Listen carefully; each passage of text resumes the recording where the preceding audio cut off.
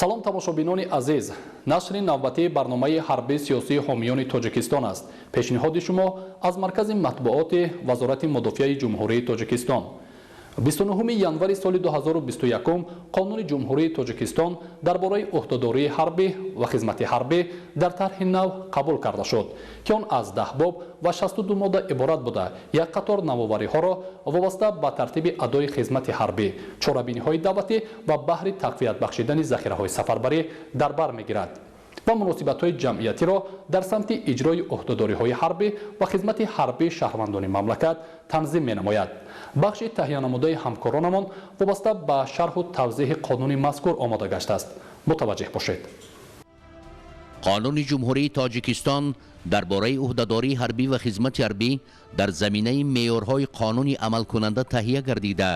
ворид намудани як қатор навовариҳоро вобаста ба тартиби даъват ба хизмати ҳарбӣ, ба қайдгирии шаҳрвандон, баланд бардоштани масъулиятнокии онҳо, тартиби адои хизмати ҳарбӣ, мушаххас намудани ваколатҳои мақомоти марказӣ ва маҳаллии ҳокимияти давлатӣ пешбинӣ намуда, барои дар сатҳи зарурӣ баргузор намудани чорабиниҳои даъватии шаҳрвандон ба хизмати ҳарбӣ равона шудааст. бояд тазаккур дод ки ҷалби шаҳрвандон ба сафи қувваҳои мусаллаҳ дар як сол дар 2 мавсим ҷараён мегирад, яъне даъвати баҳории ҷавонписарон ба хизмати ҳатмии ҳарбӣ аз 1 апрел оғоз гардида, он то охири моҳи май идома меёбад ва даъвати тирамоҳӣ бошад, аз аввали моҳи октябр шурӯъ ёфта дар охири моҳи ноябр ба анҷом мерасад. масоили вобаста ба супурдан ва қабули даъватномаҳо аз ҷониби комиссияҳои даъватӣ ба шаҳрвандони синни даъватӣ чунин муқаррар гардидааст. даъватномаҳо ба шаҳрвандони синну соли даъватӣ аз ҷониби кормандони комиссарияти ҳарбӣ ва кормандони ҷамоатҳои шаҳраку деҳот сурат мегирад. яъне ки агар ки дар қонуни қаблӣ даъватнома танҳо ҳангоми даъват супорида мешуд, дар асоси қонуни қабулшуда қонуни нав даъватномаҳои комиссарияти ҳарбӣ дар давоми сол супорида мешавад. ба кадом хотир супорида мешавад? ба он хотире ки дар асоси қонуни нав қонуни қабул гардида комиссариятҳои ҳарбӣ уҳдадор шудаанд ки то даъвати шаҳрвандон ба хизмати ҳарбӣ, шаҳрвандони синни соли даъватиро мавриди омӯзиш қарор диҳанд, ба хизмати ҳарбӣ омода кунанд. онҳое ки вазъи саломатишон ғайри қобили хизмати ҳарбӣ шудааст, барои табобатгардонӣ, солимгардонӣ бозпас гардонанд ва умуман дар давоми сол аз ҷониби комиссариятҳои ҳарбӣ метавонад ки даъватнома супорида шавад. дар сурате ки шаҳрванд ба комиссияи даъватӣ ҳозир намешавад ва ё саркашӣ мекунад нисбати ҳамин гуна шаҳрванд, кадом чораҳо татбиқ карда мешавад? агар ки дар қонуни қаблӣ даъватнома танҳо аз ҷониби шаҳрванди синни соли даъватӣ қабул карда мешуд, дар асоси қонуни нав даъватномаи комиссарияти ҳарбиро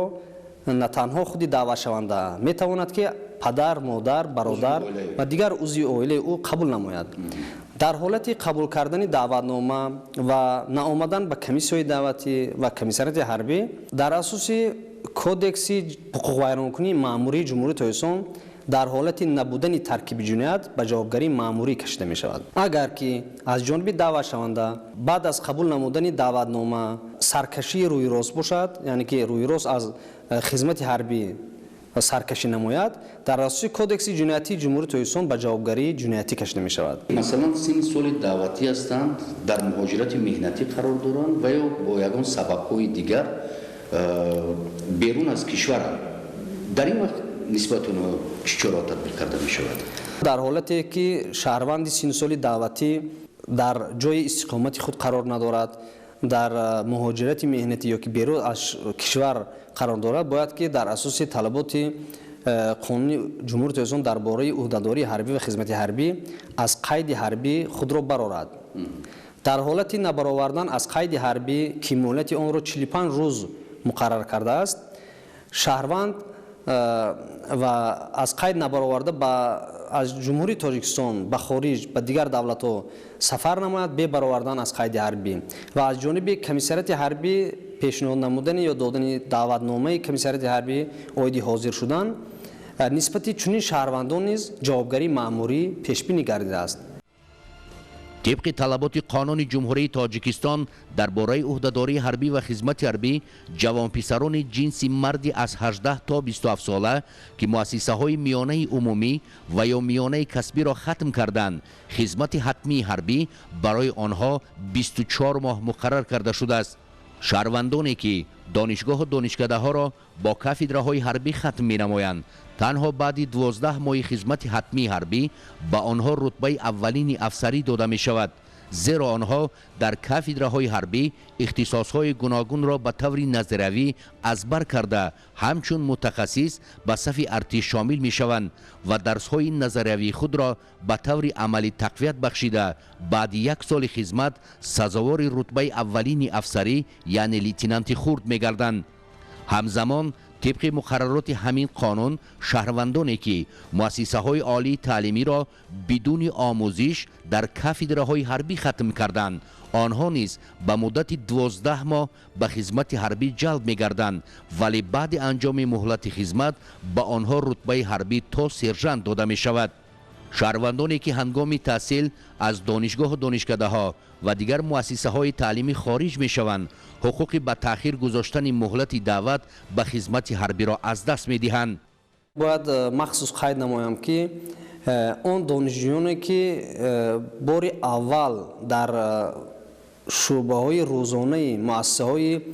عالی کشور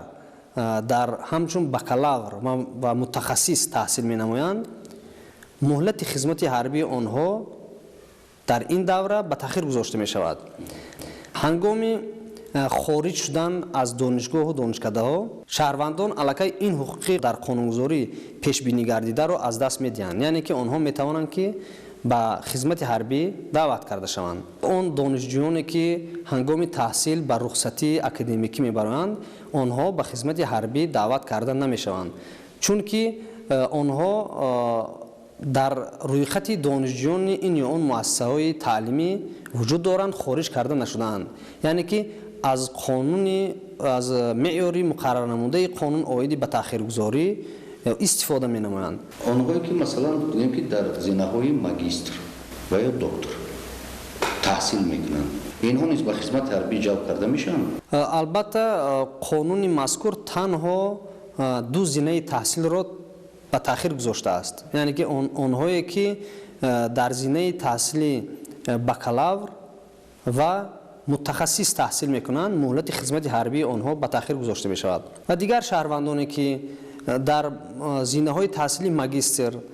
دکترانتورا تحصیل کرده ایستادند می تواند که از جانب کمیسریات حربی توسط سپردن دعوتنامه به خدمت حربی دعوت کرده شود، یعنی که آنها از خدمت حربی آزاد و به تأخیر گذاشته نمی شوند. خدمت حربی در حیات ذخیره های دعوت سفربری این یک نوآوری و شکل نوی خدمت حربی است، یعنی طبق طلبات ماده 37 قانون جمهوری تاجیکستان درباره عهدهداری حربی و خدمت حربی شهروندان جنس مردی از 18 تا 27 ساله که حقوق آزاد شدند و یا به تأخیر گذاشتن مهلت دعوت به خدمت حربی را ندارند می توانند به طور اختیاری و با سپاریدن مبلغ به صورت حساب مخصوص که آن با قرار حکومت جمهوری تاجیکستان از 30 ایول سال 2021 تصدیق شده است خدمت حربی را در هیئت ذخیره های دعوت سفربری ادا نمایند. مبلغ برای دعوت در هیئت ذخیره های دعوت سفربری 420 نشان دهنده مقرر کرده شده است. در سال 2022 420 نشان دهنده این برابر است به 26880 سومانی می باشد که شهروندان جمهوری تاجیکستان که اختیاراً مراجعت نموده خدمت حربی را در هیئت ذخیره دعوت سفربری ادا نمایند. شهروند به کجا در کدام ماه و به کی میتواند مراجعت کند و ترتیب سپردن همین مبلغ مقرر گردیده چگونه صورت میگیرد؟ شهروندان سن سال دعوتی میتوانند اختیاراً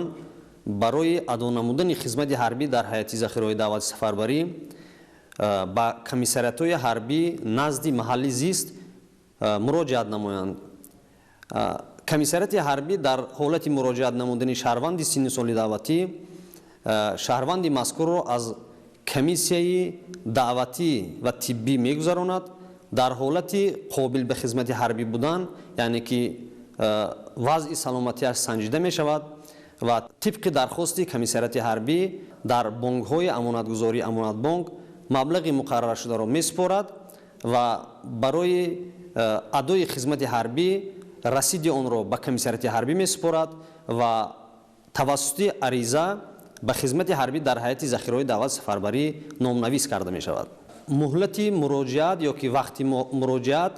бемаҳдуд аст. шаҳрвандони синни соли даъватӣ дар давоми сол метавонанд ки барои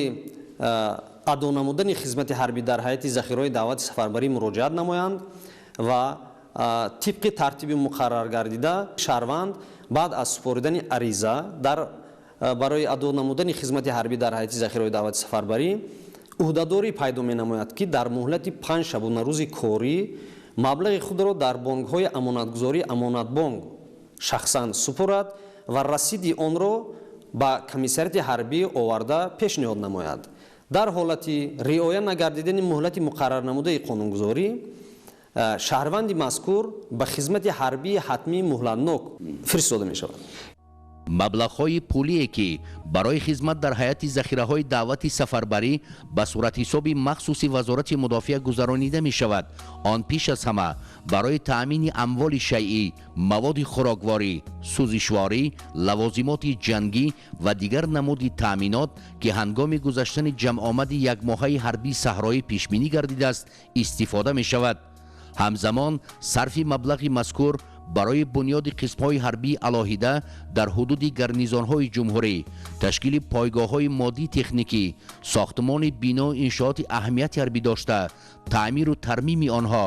маоши афсарону кормандони таълимдиҳанда, хароҷотҳои маъмурӣ ва баҳри баланд бардоштани ҳифзи иҷтимоии дигар хизматчиёни ҳарбӣ равона мегардад.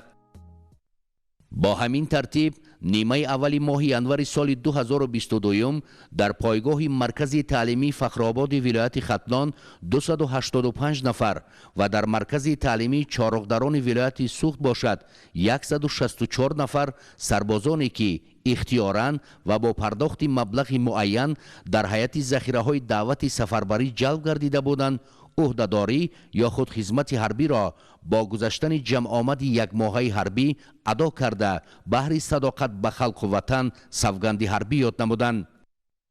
бояд тазаккур дод ки қабули шаҳрвандон барои адои хизмати ҳарбӣ дар ҳайати захираҳои даъвати сафарбарӣ дар доираи квотаи муқаррар гардида амалӣ карда мешаванд.